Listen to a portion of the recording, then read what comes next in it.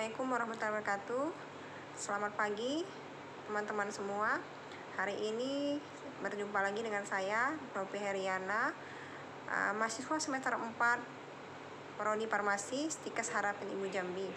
Hari ini kita akan membahas praktikum farmasi praktis tentang logbook resep, di mana resep yang saya ambil adalah resep Pollyanna. Berikut resep dokter Ana.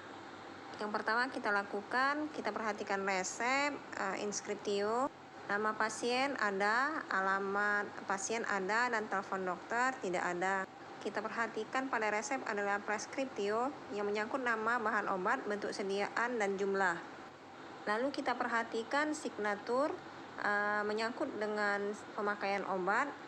Apabila signa tidak jelas, maka perlu kita tanyakan kepada dokter. Pasien atas nama Yaza Iklina, umur 14 tahun, mendapat obat omeprazol. Obat ini indikasi ulkus lambung dan duodenum, di mana mempunyai dosis per oral 40 mg di dalam dosis terbagi. Efek samping berupa mual, muntah, diare, sakit kepala, pusing, nyeri abdomen, serta rasa kembung. Kontraindikasinya terjadi reaksi alergi terhadap obat. Kemudian pada sistem ADME, omeprazol mengalami aktivasi di dalam lambung, lalu terikat pada berbagai gugus sulfihidril, mukus, dan makanan. Obat golongan ini mengalami metabolisme lengkap, yaitu metabolisme secara sempurna di hati sekitar 80% metabolis. Dalam bentuk garam natrium, omeprazol diabsorpsi dengan cepat 95%. Natrium omeprazol terikat pada protein plasma. Berikutnya adalah amoksisilin, di mana amoksisilin sebagai antibiotik mempunyai indikasi antibiotik, kontraindikasi pada pasien dengan riwayat alergi terhadap derivat penisilin.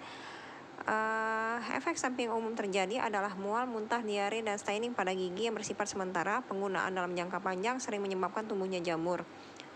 Kemudian pada sistem ADME, absorpsi diserap cepat, bioavailabilitas 74-92%, di mana distribusi terikat pada protein 17-20%, di metabolisme pada hepar, dan diekspresikan pada urin. Hingga pada resep tersebut adalah metronidazol, di mana indikasi metronidazol ada bersifat antibiotik, kontraindikasi alergi atau riwayat alergi terhadap nitromidazol lainnya. Di mana efek samping daripada metronidazol, sensasi panas, perih atau menyengat, kebas atau kesemutan pada tangan dan kaki, batuk, hidung tersumbat, saking tenggorokan, gejala demam, sakit kepala, mual, kulit gatal, kering, dan terasa logam pada mulut. Pada sistem ADME, di mana absorpsi metronidazol 80%, penyerapan dari saluran gastrointestinal pada penggunaan oral, didistribusikan secara luas, pola serupa untuk penggunaan oral dan intravena, metabolisme hati, enzim terhambat CYP2C9 pada hati, dan ekspresikan pada urin. Obat selanjutnya adalah sukralfat sirup, di mana indikasi pada sukralfat adalah gastritis kronis dan ulkus peptikum dengan dosis 1 gram. Kontraindikasi pada pasien yang diketahui memiliki riwayat reaksi hipersensitivitas terhadap kandungan yang ada di dalam sukralfat tersebut, di mana dosis pencegahan ulkus duodenum adalah 1 gram 2 kali sehari. Efek samping konstipasi karena adanya aluminium di dalamnya. Kemudian mulut kering, mual, dan muntah. Di mana sistem ADME-nya adalah absorpsi bioavailabilitas 5%, tidak sistemik, durasi hingga 6 jam, metabolisme tidak di metabolisme, dan ekstresi pada urin dan feses sebagai obat yang tidak berubah. Adalah Opilac sirup, di mana komposisinya adalah laktosa 3,3 gram per mililiter. Indikasi diberikan pada keadaan konstipasi. Kontraindikasi yang hipersensitif terhadap kandungan galaktosa, di mana dosis pada dewasa yaitu 10-20 gram per hari. Efek samping nyeri perut dan kolik abdomen.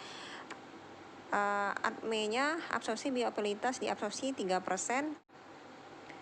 Laktosa yang diserap tidak di metabolisme, laktosa yang tidak serap secara ekstensif di metabolisme menjadi asam organik, kemudian ekskresi pada urin, tinja, dan empedu. Berikut adalah daftar pustaka Dilanjutkan dengan kertas kerja farmasi, yaitu masalah yang terkait dengan obat. Yang pertama, korelasi antara terapi dan terapi obat dengan penyakit. Di sini tidak ada permasalahan. Kemudian pemilihan obat yang sesuai, masih efektif, aman, dan dapat ditoleransi oleh pasien. Kemudian regimen dosis sudah sesuai. Jadwal pemberian dosis sudah dapat memaksimalkan efek terapi. Kemudian apakah terapi sesuai dengan indikasi?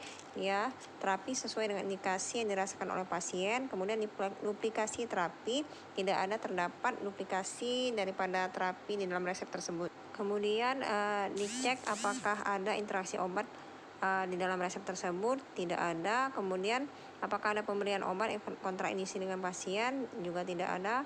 Ditinjau dari efek merugikan obat.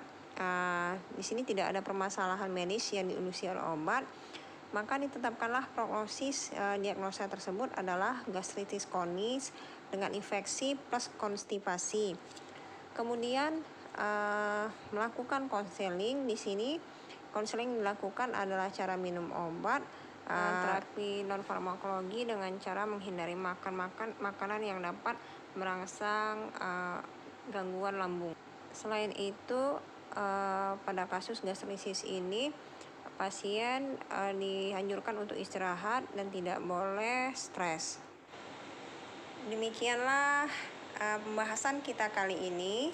Sampai bertemu dengan video selanjutnya. Terima kasih untuk teman-teman yang telah menonton video saya ini. Semoga video ini bermanfaat dalam ilmu pengetahuan. Sampai jumpa.